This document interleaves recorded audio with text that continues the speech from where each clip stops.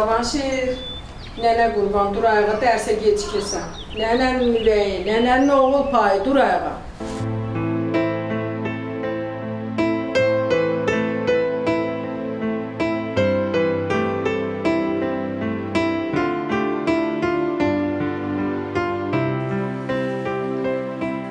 Adım Cavanşirdir. Cavanşir Rəhimov. Atamın adı İzzət, anamın Lalədir. Bu sənədlərimdə belə yazılıb. Mən dünyaya gətirən doğma anamın adı isə Ulduz, atamın Elşəndir. Atam babamın ikinci oğludur. Böyük oğulları isə vətənin müdafiəsində, Qarabağ müharibəsində 1992-ci ildə 19 yaşında şəhid olub. O, milli qəhrəman Cavanşir İzzət oğlu Rəhimovdur. Mən dünyaya gələndə babamla nənəm onun adını mənə veriblər və məni oğulluğa götürüblər. Mən adını daşıdığım şəhid əmmimi görməmişəm. Bizə yadigar qalan şəkillərindən, bir də doğmalarımın onun haqqında danışdıqları xatirələrdən tanıyıram əmmimi. Hamı deyir ki, əmmim Cavanşir çox vətənpərvər oğlan olub. Vətənini, torpağını o qədər sevib ki, doğmalarını belə tərk edib onun müdafiəsinə qalxıb. İnsan üçün ən qiymətli olan həyatını bu yolda qurban verib. Bir yandan onunla fəxr edirəm. Bir yandan da ürəyimdən keçir ki, kaş yeganə əmim indi sağ olaydı, mənimlə bir yerdə olaydı.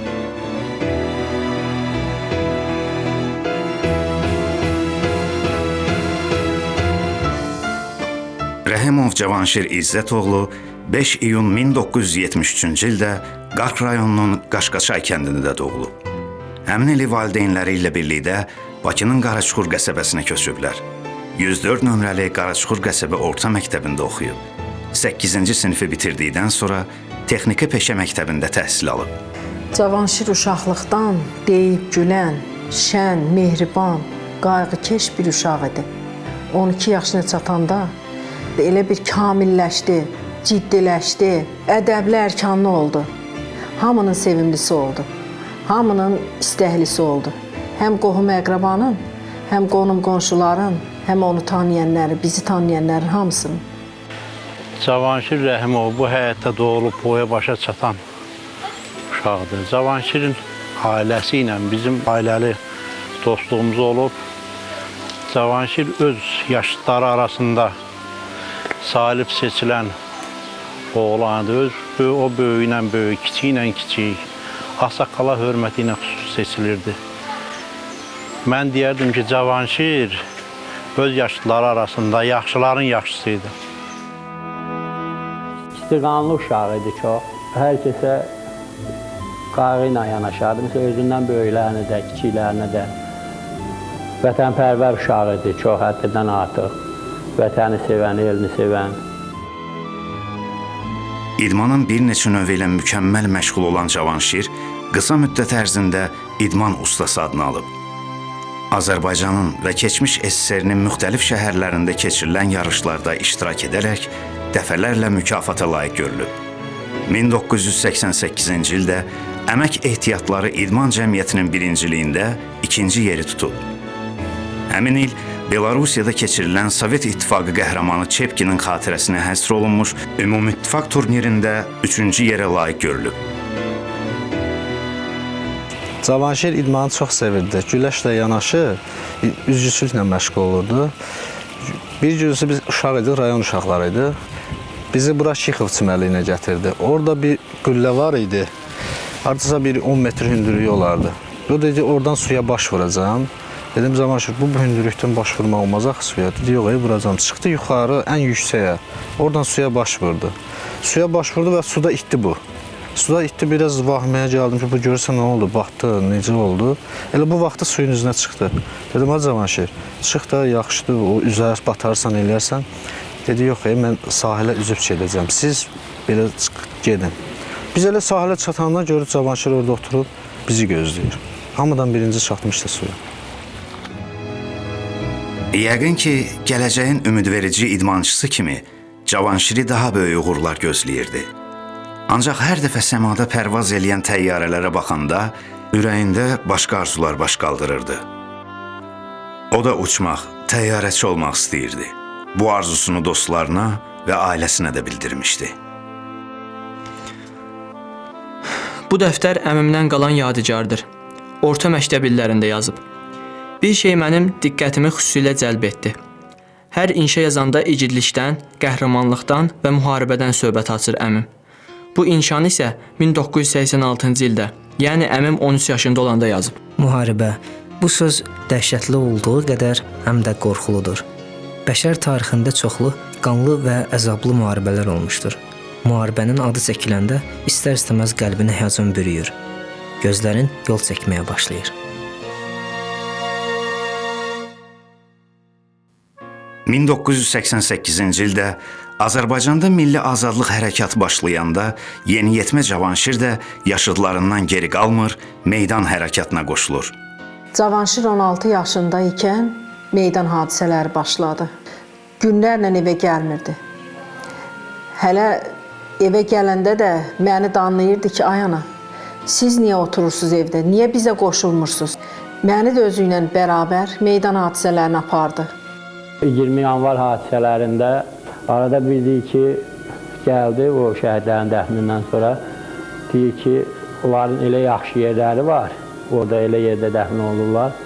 Elə bir qismət imiş də buna, axır özü orada da dəfn olundu.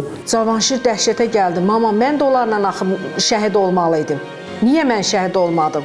Geci tezi mən də şəhid olacam. Ermənilərin böyük Ermənistan xülyasını reallaşdırmaq üçün Qarabağda başladıqları xəyanət dalğası yavaş-yavaş elan olunmamış müharibəyə çevrilirdi. Vətənimizin bu dar günündə yüzlərlə gəncimiz könüllü olaraq torpaqlarımızın müdafiəsinə yollanırdı. Cavanşir özü neçə dəfələrlə, hələ 16 yaşı vardı o, bizim bu hərbi komissarlığa gedirdi ki, mən könüllü gedim 91-ci ildə orduya. O aparmırdı, dedi ki, yaşın bitsin, sonra aparacaqdı sən əskəriyə. 1992-ci il mayın 26-sında Cavanşir könüllü olaraq hərbi xidmətə yollanır. Yüksək fiziki hazırlığına görə Cavanşiri hərbi hava qüvvələrinə desantçı kimi qəbul edirlər. Zabrat aviasiya müəssisəsinin bazasında təşkil edilmiş hərbi hissədə baş leytenant Məhərrəm Həsənovun rotasında vertolyotda bort atıcı kimi təlim keçir. Baş bort atıcı Tahir Bağırov və baş leytenant Radik Maksimovdan texnikanın, müasir silahların sirlərinə yiyələnməyə başlayır. Cavanşir xidmət elədiyi az müddətdə anlayır ki, havada hərəkət eləyən hərbi vertolyotdan yerdəki obyekti atəşə tutmaq heç də asan deyildi. Vəzifəni layiqincə yerinə yetirmək üçün əskərdən dəqiqlik, soyuqqanlılıq və diqqət tələb olunur. Cavanşirlə birinci sinifdən bir yerdə oxumuşam. Əskəriyə də bir yerdə getmişəm. Zabratdan da Qalıya, Qaladan da oradan da döyüşlərimiz başlayıb. İyunun 12-sində en saylı əlahiddə vertolyot alayına yeni gətirilənlərdən 10 nəfər sırf bort atıcı seçilir və sınaq uçuşlarına başlanılır. Etimad göstərilən gənclərdən biri də Cavanşir idi. O, təlimi mənimsəmə keyfiyyətinə görə qorxmaz, çevik, qədd-qamətli olduğundan komandirlərin diqqətini xüsusilə cəlb eləyir. Cavanşir çox can atırdı, hələ birinci də elə oğuşdu. Bizim aramızda birinci döyüşə Mi-24 Məcidov Zakirə çox xahiş elədi, çox şey elədi. Bir dəfə Məcidov Zakirlə döyüşə girdilər və həmin döyüşdə çox uğurlu çıxdılar. Cavanşir az vaxtda oddan alovdan keçir, sarsıntılarla üz-üzə gəlir, güllə leysanına düşür.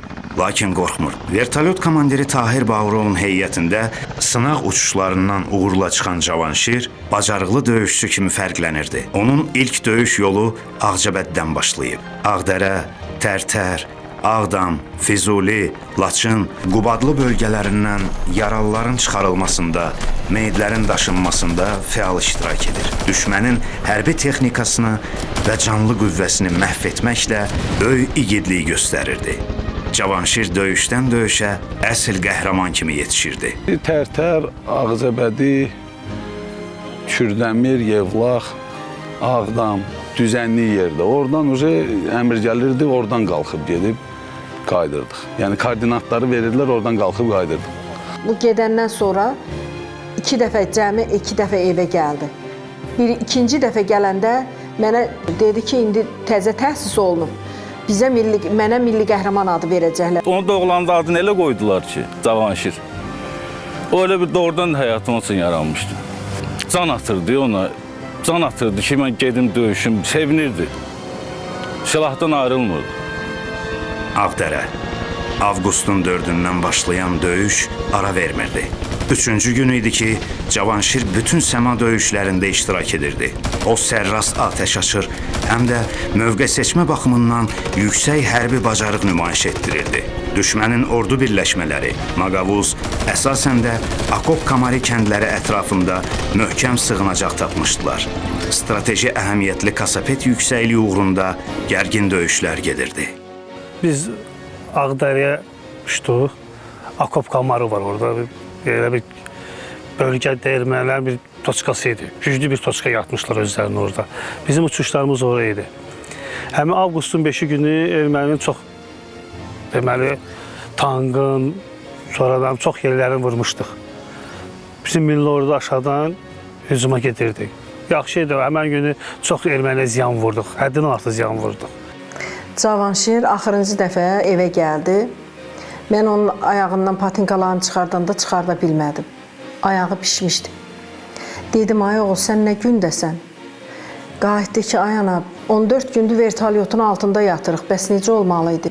Döyüş yoldaşlarım orada dardadılar, mən dayana bilmirəm. Mən onu bircə gün saxlaya bildim. İkinci günü bir də gördüm, geyinib gedib. O çox bayıva uşaq idi. Görürdü, deyirdi, bu uşaq qəhrəman. Bu uşaq sən döyüşə can atırdı. Deyirik, yatmaram gecə gündüz döyüşə, torpaqda can atır. Deyirik, döyüşmək lazım gecə gündüz ki, torpağımızı alaq. Avqustun 6-sında sübh çağı artıq bütün şəxsi heyət döyüş hazırlığı vəziyyətinə gətirildi.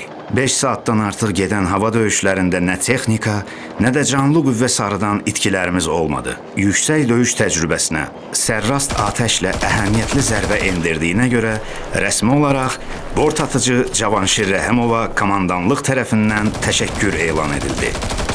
Bu da sonuncu döyüş. Zakir Məcidovun komandirlik elədiyi Mi-24 vertolyotu Ruslan Palavinko və Cavanşir Rəhimovla birlikdə növbəti dəfə havaya qalxdı. Artıq 4-cü dəfə idi ki, onlar düşmənə kəsərli zərbə endirmək üçün bazadan start götürürdülər. Akop Kamari istiqamətində bir neçə dəfə dövrə vurub manevr etdikdən sonra atəş nöqtələrini aşkarlayaraq yenidən kəsərli həmlələr eləməyə başladılar. Onlar növbəti uçuşu yerinə yetirib bazaya dönürdülər. Birdən Vaqauzun 10 kilometrliyində onların vertolyotu Stinger zenit qurğusuyla sərrast nişan alınaraq vuruldu. Onun vurulmağını da mən özüm görmüşəm və elə bil ki, onu vurdular dağın o tərəfində. Vertolyot dağdan bu yana keçəndə mən gördüm ki, vertolyot alışdı. Çox çətinliklər, ermənilər də atırlar. Əzab əziyyətlərə dözən vətənimiz qələbə çaldı. Üzümüzə günəş güldü. Səma qara buludlardan təmizləndi. Göyərçinlər sevinclə başımızın üstündən uçurlar. Qoy həmişə sülh olsun. Bir də vətənimiz müharibəsi görməsin. 1986-cı il idi. Qardaşım Cavanşirlə, məktəb uşaqları ilə birlikdə bu parka oynamağa gəlmişdik. Yaxşı yadımdadır. Burada Leninin heykəli var idi. Cavanşir Leninin heykəlinə yaxınlaşdı və bizə dedi, uşaqlar, bu heykəli görürsünüz, vaxt gələcək Leninin bu heykəlini götürüb, yerində mənim abidəmi ucaldacaqlar. Biz gülüşdük. Uşaq şıltaqlığı ilə deyilən bu söz zaman gəldi, öz yerini tapdı.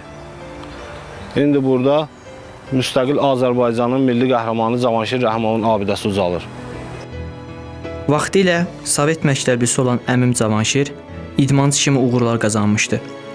Bu gün isə müstəqil Azərbaycanda onun xatirəsinə həsr olunmuş idman yarışları keçirilir. Fəxr edirəm ki, mən də bu yarışlarda iştirak edərək birinci yerə layiq görülmüşəm. Buna görə də əmmin ruhuna borcluyam.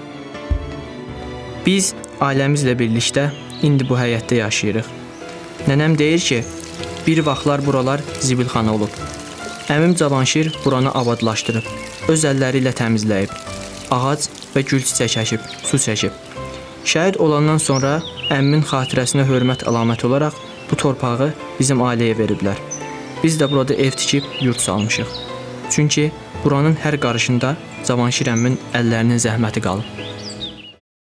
Mədəniyyət evi və Bakının Qaraçuxur qəsəbəsindəki 146 saylı orta məktəb onun adını daşıyır. Cavanşir Rəhimov 19 illik bir ömür yaşadı. Ancaq bu qısa ömürdə xalqının qəhrəmanlıq salnaməsinə adını öz qanı ilə yaza bildi. Cavanşir Aklımda